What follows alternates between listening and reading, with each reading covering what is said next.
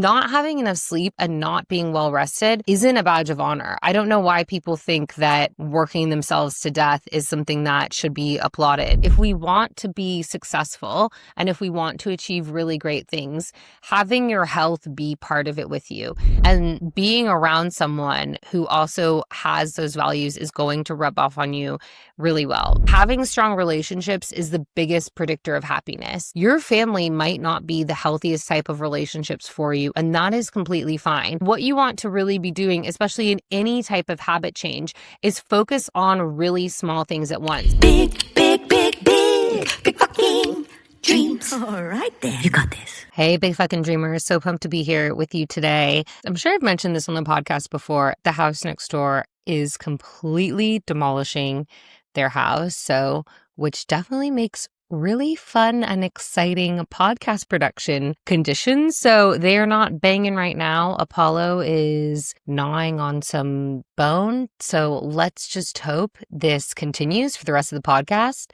so we can get right in and just have a really peaceful podcast talking about something that I think is really underrated and something that gets talked about a lot, but I think that people don't focus on these things as much as they should, and they focus on extreme optimization.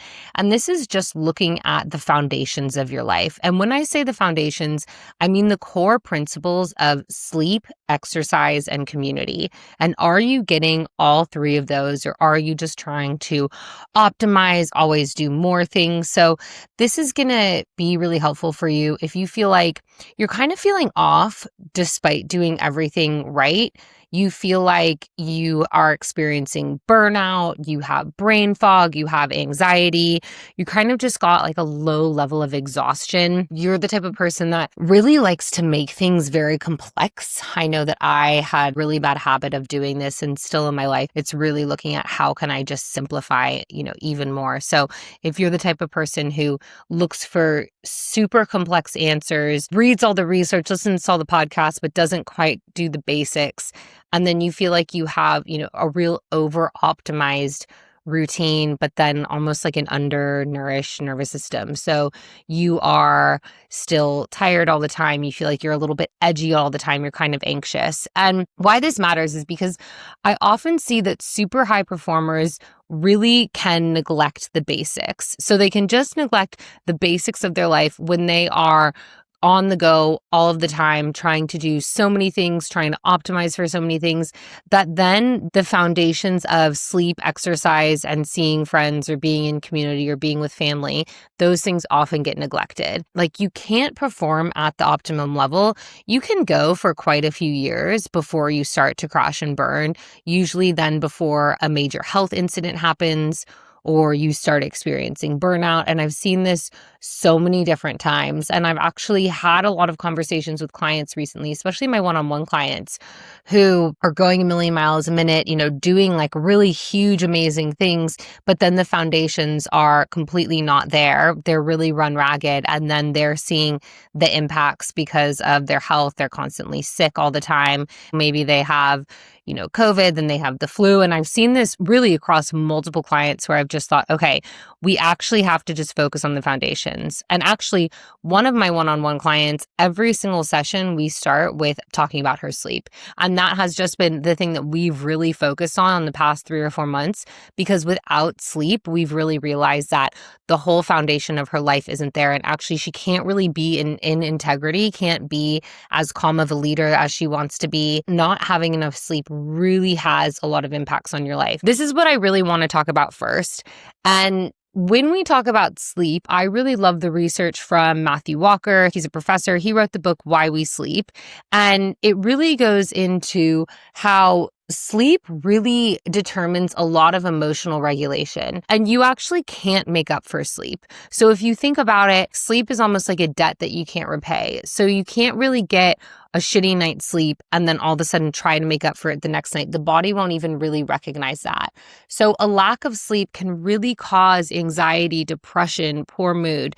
And I know for me, sleep hasn't really been something that I have struggled with, but I will say that when I do struggle with sleep, and I have gone through some periods where I can't fall asleep or I can't stay asleep, I know that I'm a huge meditator. So I meditate twice a day for 22 minutes. I do transcendental meditation.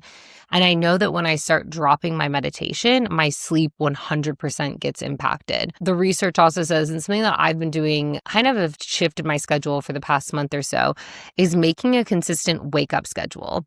So instead of saying, okay, I can sleep in today, I can have later calls, so I'm just going to try to catch up sleep from the night before, really making your sleep wake up schedule super consistent. So for me, I started waking up every day at 7 a.m. Now, I've got a more flexible working schedule than some people. I mean, some of the days I work from home 3 days a week. I run my own business. On Tuesdays, I have an earlier morning meeting. So Tuesdays is the one exception. I wake up at 6:30, but usually I wake up now at 7 a.m. And it's really interesting because I was having trouble going to sleep and I started waking up at 7 a.m. regardless. So regardless of if I got a shitty night's sleep the night before, I would still do it. And I have found that my sleep quality has improved a lot. And I'm a consistent 7 to 9 hours a night of sleep. But what I've realized is that whenever I do get a good night's sleep, my mood is better, my ability to retain things is better. I am able to do way higher output than, let's say, if I was exhausted. And a lot of this is just like quite basic things. But in order to do this, what we do as well is we actually have the 8 Sleep cooling mattress. It's quite expensive, so I know not everyone can get that right now, but sleeping in a really cool environment, sleeping with the air conditioning on, or if you have a fan, but sleeping in a cool environment also really helps. Making sure that it's totally dark, making sure if you can get blackout curtains, making sure there's no light coming through, there's no technology inside the room with you. I haven't slept with my phone in my bedroom for probably 4 or 5 years now. My phone is in the kitchen and our bedroom is 2 stories up, so I don't sleep with my phone anywhere near me. I do use a Kindle, but just making sure that any sort of electronics, like you don't have your iPad in your room, you don't have your phone in your room. For a while, I had an alarm clock, which wake me up and it mimicked the sun. Now, like I said earlier, we have the 8 Sleep heating and cooling mechanism on your mattress. So that way, Chris and I can both have our own temperature. So that has also been a game changer for me. I actually realized that I do really prefer sleeping in cooler conditions. But I will say that if you don't get enough sleep and if you don't do this consistently, it has major health impacts and you won't get to where you want to go personally or professionally if you don't get consistent sleep. And not having enough sleep and not being well rested isn't a badge of honor. I don't know why people think that working themselves to death is something that should be applauded, because we can see from the research now that people are dying younger from stress and overwork. So this is not something that we should really condone in our society, and we should condone really well-rested, emotionally regulated people. So sleep is the first foundation.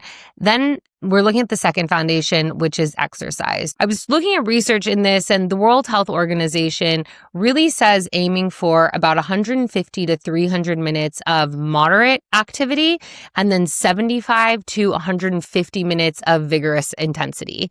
And also, it's extremely important to strength train. This is something that I've been really focusing on. I've always strength trained at least twice a week.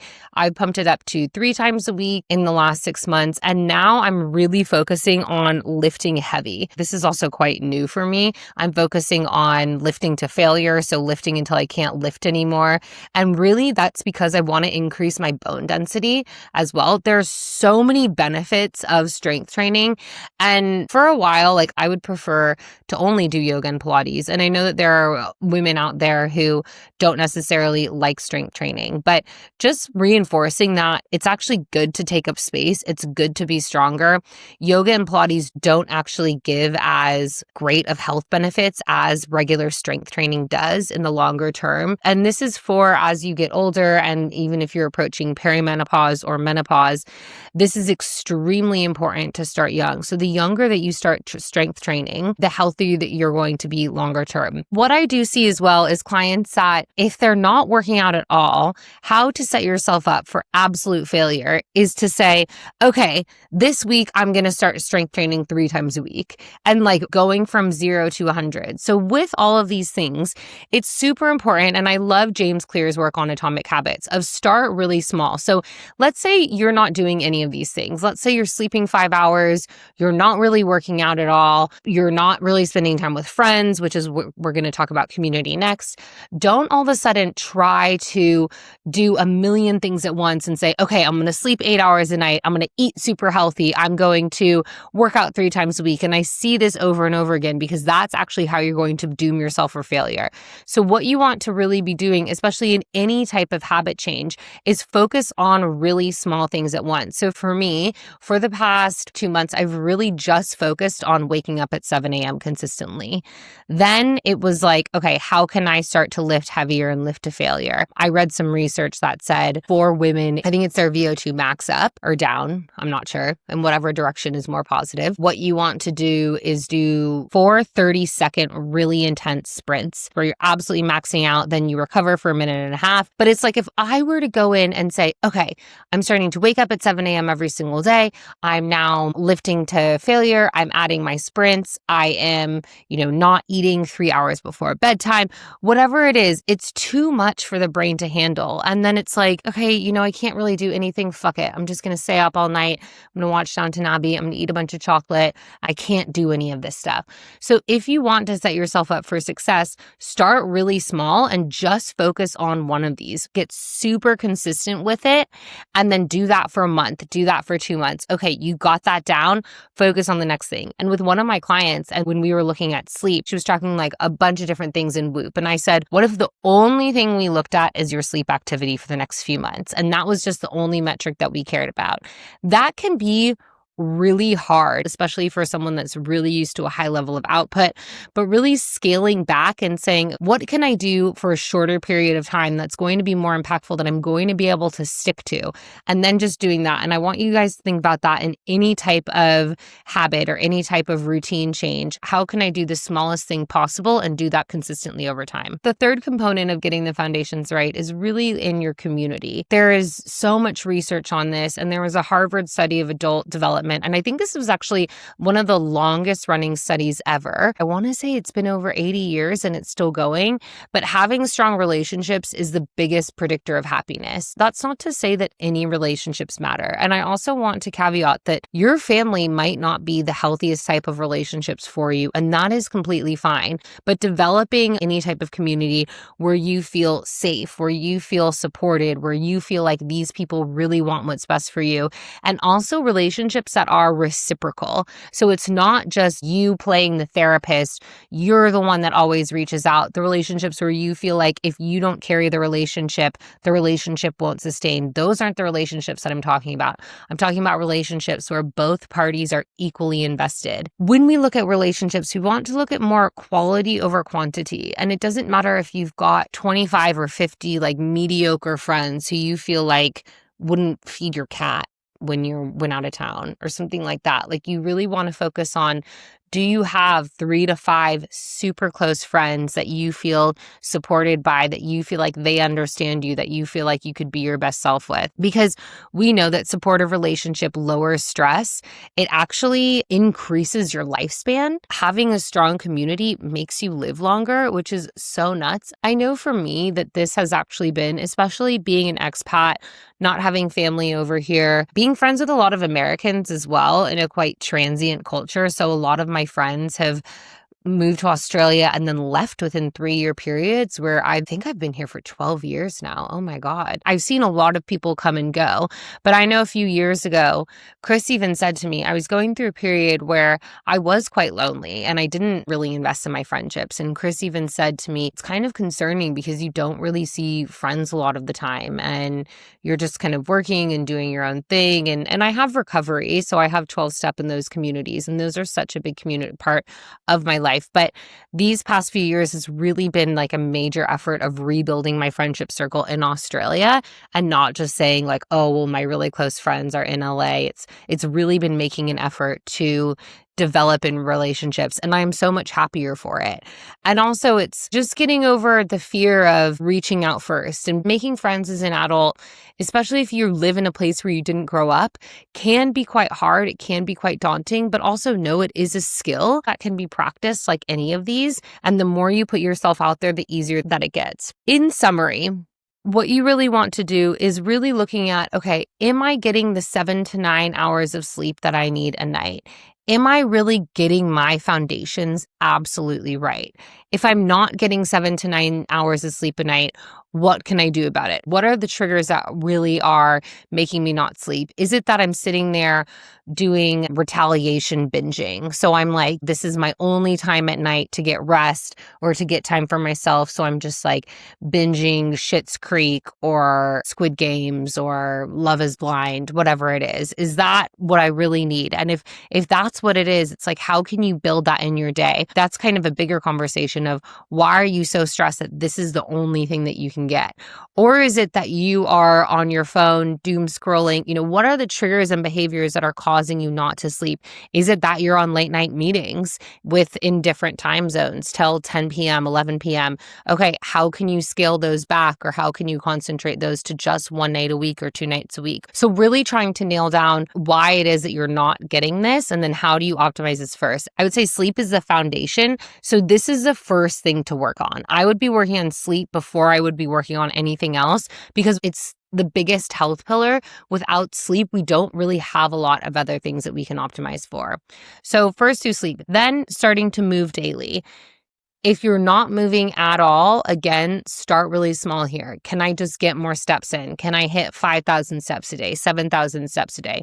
Okay, can I build that up? Once I've got that, can I do one workout session a week? Maybe that is Pilates. Maybe that is yoga. Start with something fun. And then it's like, then can you increase to weightlifting? So how do you do that in a way that, again, is sustainable, not in a way that you're going all or nothing really quick? And that's going to totally set you up for failure. The third thing is prioritizing community. How are you prioritizing friendships that really nourish you, friendships that give back to you, friendships that are reciprocal, not friendships that only take? I get that this is also really hard in different stages of life. So if you've got young kids, this could be really hard as well. But also, like, how do you do that? Is it with other couples that maybe all of your kids could play together?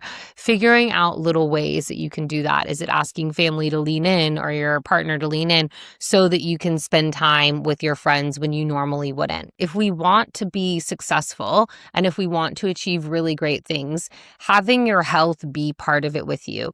Health is my top value. Growth is my second value. But I know for me, like, sometimes it can be difficult. I work out 3 to 4 times a week without fail, unless I'm sick, but that is nothing that I ever skip.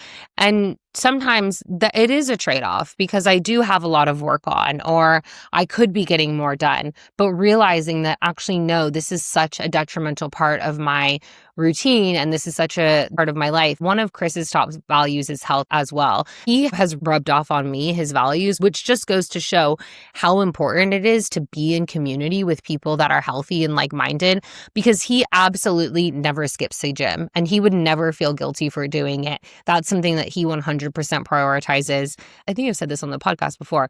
I remember saying one time to him, like, oh, I've got so much work on, like, maybe I should just skip the gym. And he was like, absolutely not. That is nothing that you should ever sacrifice. This is your health. This is your longevity. This is like your lifespan.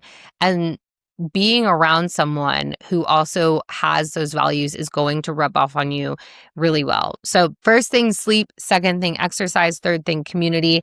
And this is what we go into, especially in the life and work transformation. A lot of times we go into this in the value section. So we'll look at, okay, is your value health? Is your value longevity? Is your value growth? What are the actions and behaviors that really support that? Let me know if you liked this type of episode. This is, kind of a shorter, sweeter one. Let me know also, do you have these foundations? Are you struggling with these foundations? Are you trying to do a lot of optimization with ice baths and cold plunges or saunas when you're actually not just getting the solid foundations right of sleeping, of exercising, of being in community? So let me know what you think. You can reach out to me on Instagram or on LinkedIn. Thank you, big fucking dreamers, and I will see you in 2 weeks. Big fucking dream.